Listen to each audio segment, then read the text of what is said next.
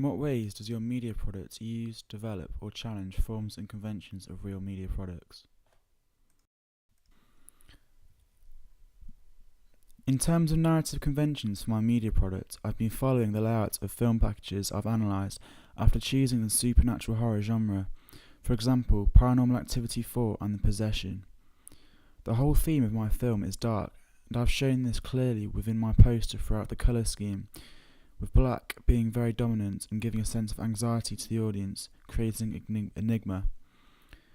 In terms of being semantic, the iconography / mise-en-scène makeup on Mel's face with the extreme close-up, similarly with The Possessions. And this gives the audience clear indications she is possessed and connotes evil, giving signs that bad things are going to happen, and also provides disequilibrium conventional on the Possessions poster and Paranormal Activities. Location can also be seen faded into the background, showing more signs of narrative, which is conventional on both film posters analysed. The fact that the page is mostly dark with black and white draws the audience's attention to the face makeup on Mel, which is dominant on the poster and provokes a further sense of fear in the audience as they are immediately drawn to the image.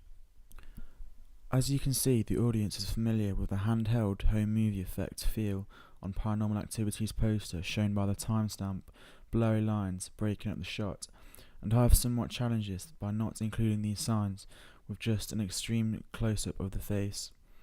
The release date is integrated into the billing block and is conventional in the two media products I've analysed, being a talking point between family and friends. There are unique poster conventions due to the cross-media package with brand being challenged in the trailer, different fonts more fitting in with the supernatural horror subgenre. I believe in the Possessions poster the disequilibrium is arguably more obvious through the use of semantic elements such as a hand climbing out to the woman's face, creating a very unsettling feel, which is very effective for this genre.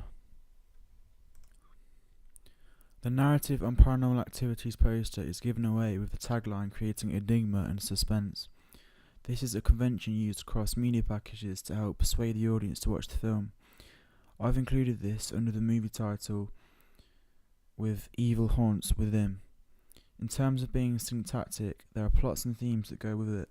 For example, Mel, who is possessed in the cellar, the significant location shown throughout the trailer, and strange events start to happen, with unusual events unfolding here relating to the supernatural horror genre being conventional.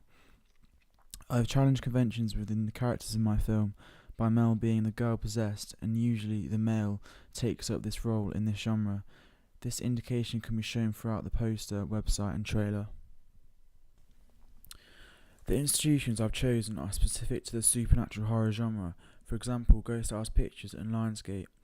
These are well known and have history for producing titles in this genre, which is the main reason why I chose them. The Possession uses both of these. For representation on my poster I've used the countertype, going against the stereotype of the male taking up the role with the person being possessed, and instead the female is used. Instead of being the vulnerable victim, she is the woman who becomes possessed and does the harm to the other characters that are male. This is shown with the extreme close-up of Mel's face, with iconography shown clearly. For example, the face makeup, which stands out against the location faded into the background. It is conventional for supernatural horror films such as Paranormal Activity 4 to create a sense of realism to the audience, and I've used this in mine, where strange events unfold throughout after the friends move into the apartment, and with the cellar being the main location, which is discovered by Mel.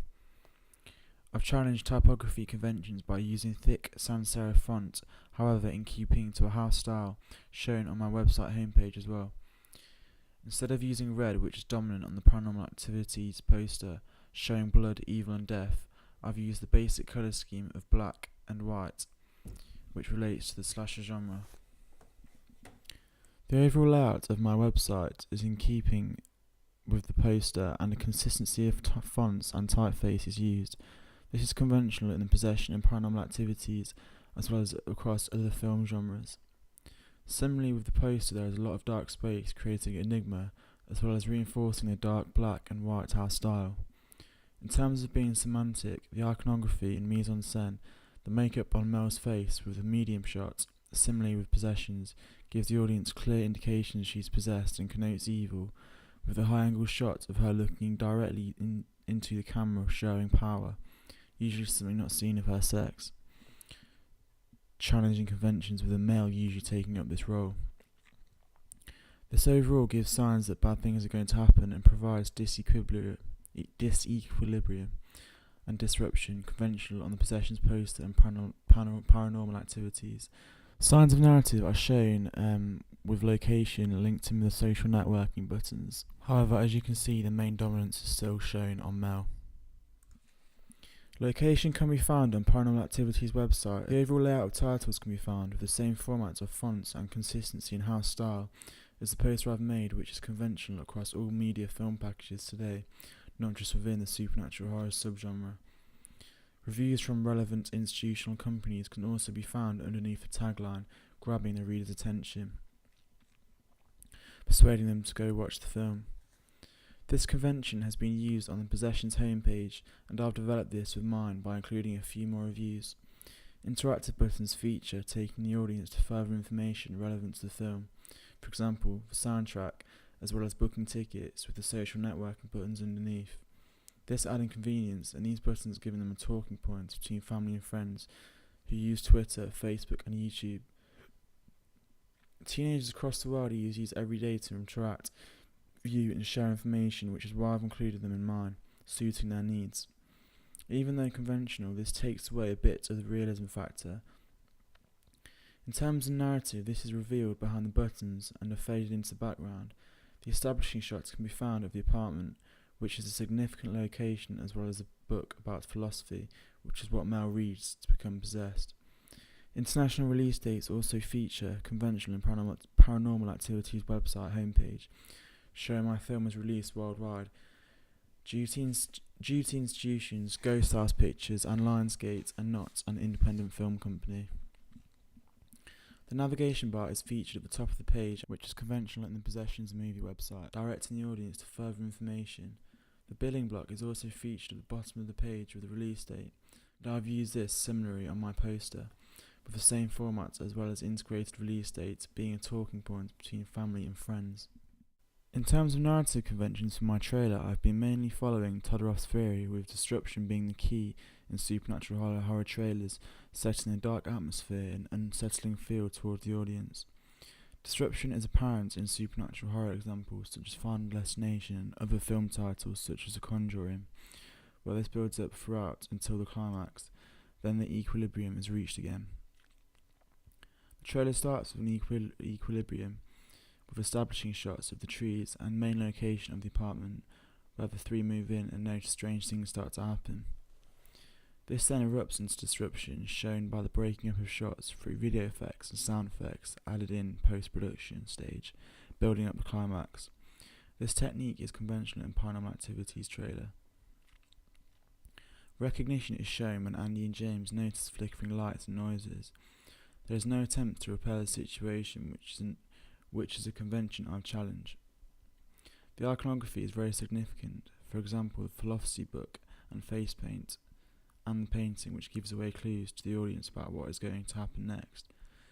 In terms of genre, this is semantic, with the location of the cellar in the apartment seen throughout relating to the supernatural horror subgenre, very clearly, as it is conventional for strange events to happen in a house. Moreover, it is syntactic, with plots and themes to go with it, for example Mel becoming possessed in the cellar and strange events starting to occur relating to the genre. In terms of institutional information, the green screen appears at the start of the trailer, along with Ghost House Pictures and Lionsgate. This format is conventional across all movie trailers, not just in this subgenre. This tells the audience my media product is backed by successful companies who have a history in making horror films.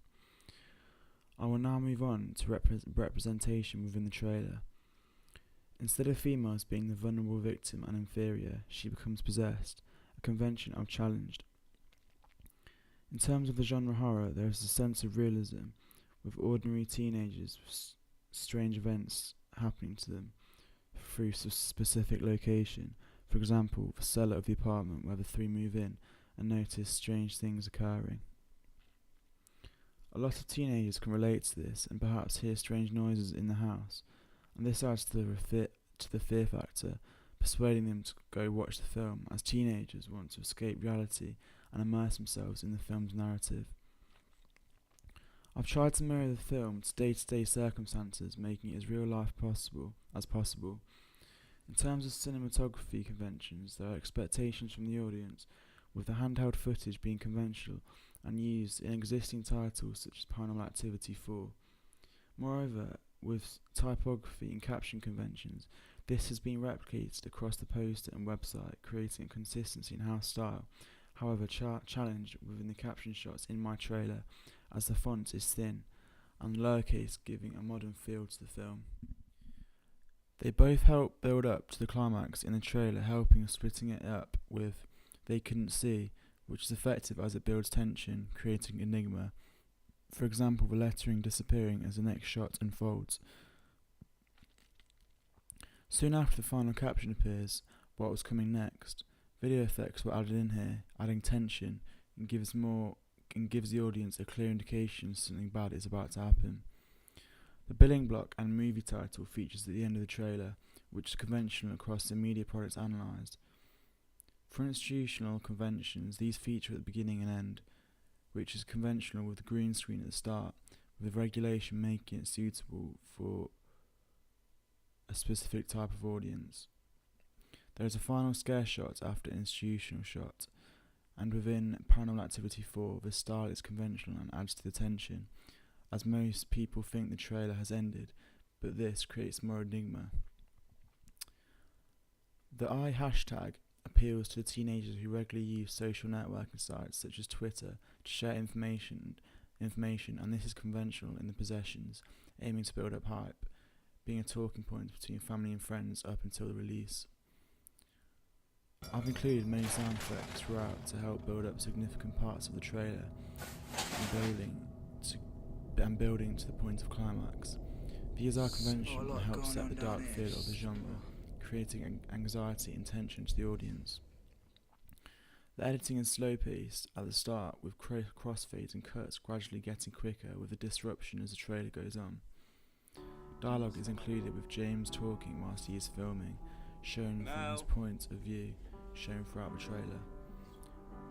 I've included asynchronous sounds across my trailer, where the audience is seeing but hearing another part. This is conventional across the media products I've analysed.